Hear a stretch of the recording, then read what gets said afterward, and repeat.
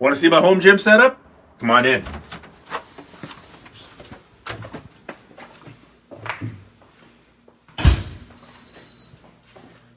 Alright, so this took years and years to build. It's a small little setup. For years, I advocated going to the gym. I advocated physical fitness, and I still do. It's super important, especially if you're a martial artist, if you're a grappler. You'll find that almost all high-level competitive grapplers, martial athletes, do some form of strength and conditioning. There are the occasional freaks out there like Marcelo Garcia who didn't, although I believe he then started Pilates, which is a form of strength and conditioning. But I just wanted to show you the gym. Like I said, this took years to set up in the sense that I never had a place and I didn't have the resources to buy the equipment that I needed to work out at home.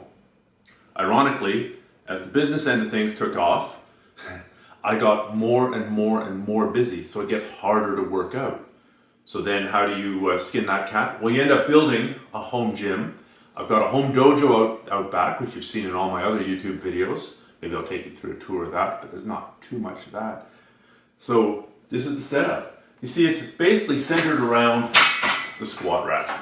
If you have a gym and you don't have a squat rack, then you really are just fooling yourself. But we'll start with the equipment at one end, and we'll go through and I'll give you a little bit of an overview. This is the core. Now, I like doing my cardio, if I can, outdoors. I really like running outdoors, and I like hiking outdoors, and I like climbing outdoors, especially in the summer.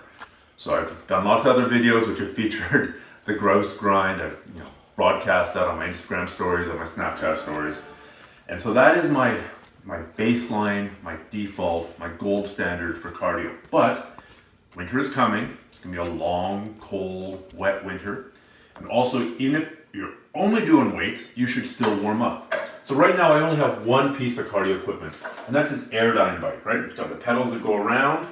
Normally they would go the other way. And the handles.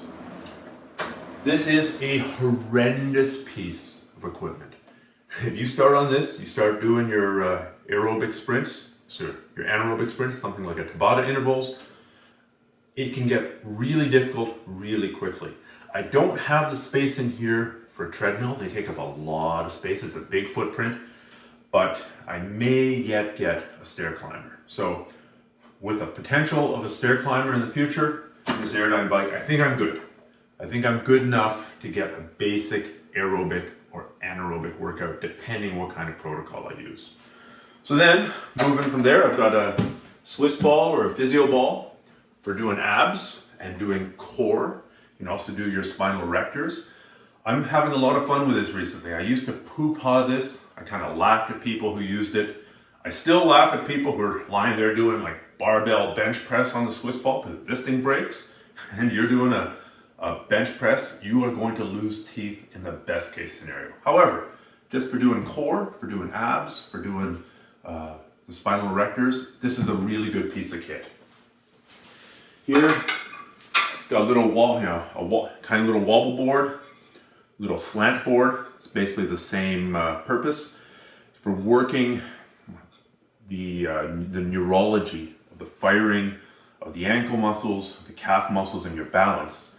It's a really good warm-up to get you ready for the other stuff. And it's not so much a warm-up in the sense that you're dripping with sweat. It's a warm-up in terms of waking up your body so that you're ready to move athletically. Moving right from the beginning of the warm-up, beginning of the workout, to the end of the workout, here's some of the things I use for rolling. I've got a ball, a softball, this thing that looks more like an all-terrain tire on a tank or something. It's all for rolling, for getting into the sore spots, for stretching out those difficult to stretch out areas. Got the neck harness that I designed. There are other videos out there on how to use this. I'm pretty happy with this design, especially when it's lined up nicely for the visitors so that it looks good. You can use that with dumbbells, you can use that with barbell plates, you can use that with kettlebells. Basically use it for any sort of weight. Now we're coming to the squat rack. So this is, like I said, the most important piece of kit because it allows you to do squats. It allows you to do things like bench press safely. So if you're doing a bench press and you screw up, you've got the bars here so you don't smash your face, so you don't drop this bar across your chest. Really, if you're doing, bench press anywhere near failure, and I don't have a great bench press, but if I'm doing it and it's heavy, I want something to stop the bar from landing on my face, landing on my chest. Here is kind of a good attachment for the squat rack. I'm going to attach it to the outside here. That would actually be foolish because it isn't actually anchored to the ground yet. And if I did the dips on the outside of the cage, the whole thing would tilt. The whole thing could tilt. And that would be bad. But this allows you to do dips, which are a very important pressing motion. The dips go together very well with things like overhead pressing or bench pressing, pushing in this plane, pushing in this plane, and pushing in that plane. Moving along, these are some attachments that I use for doing hanging ab raises. I find it very useful. I'm just going to get them out of here so that they're not in the way of the camera. As you can see, a whole bunch of different pull-up attachments. The question is, what kind of pull-up should you do? Should you do standard pull-ups, parallel grip pull-ups, chin-ups, wide grips? Here, what should you do? If you're a grappler, if you're a martial artist, the answer is yes. Do all of them. Instead of doing 3 sets of chin-ups, do 1 set here, 1 set here, and 1 set there. Because you don't know exactly how you're going to be pulling your opponent. Right? You might be pulling them here. You might be pulling them here. You might be pulling them here. You don't know. So you want to strengthen your muscles in all those potential planes. Now, this is one of the bars I'm using is just a straight bar. Your standard barbell, right? It's completely straight. It's got the collars. I think my kid must have been doing a bench press because, of course, all teenage boys want to work on their bench press, and many older than teenage boys. But it's your basic, Olympic bar. So you can use that for a million different exercises. You'll notice here I've also got this weird safety squat bar. Maybe we'll put some footage in of me actually using it. The reason I got this is I was dealing with elbow tendonitis, and actually having my arms back here for a regular squat was painful. Not in the legs, not in the back, not in the knees. It was painful right here. So I couldn't have my arms back here for any length of time. So I got the safety squat bar in order to keep my hands in front and still do squats. So it was a very useful tool. I think it was developed by the first guy to squat over 1,000 pounds, Fred Hatfield. I think he was over 40 at the time, which warms the cockles of my heart. So then it's an interesting piece of kit. Not for everybody, but I found it very useful. We've got your basic bench here. If I wanted to, I could elevate it to do things like incline presses, incline flies, chest down flies. I don't use this incline feature too much, but who knows? Maybe when I hit my real midlife crisis at age 50, I'll want to get into bodybuilding, and then I'll want some kind of bench that I can adjust to a million different positions to make sure that these striations here match the striations here, match the striations there. So use a bench. You do need a bench of some type if you're going to be training. You can also use this. Of course, the bench can also be used. Get this down for various rowing type motions, various ab exercises. Moving right along here, kettlebells. 2 of them. I don't know where the third one went. I've got a 24 kilogram kettlebell, and I think this one is 32.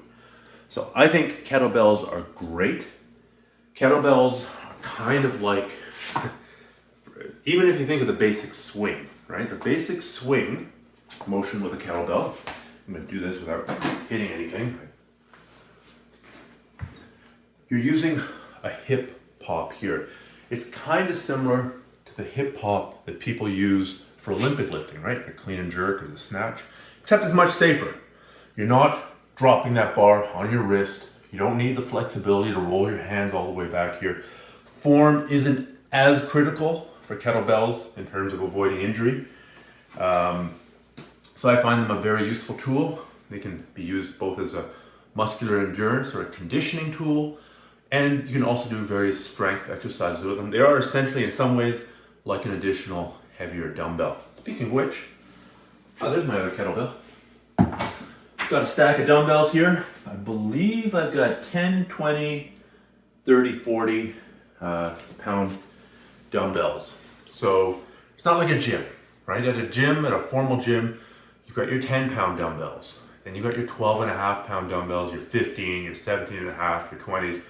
You don't need that, right? This is a home gym.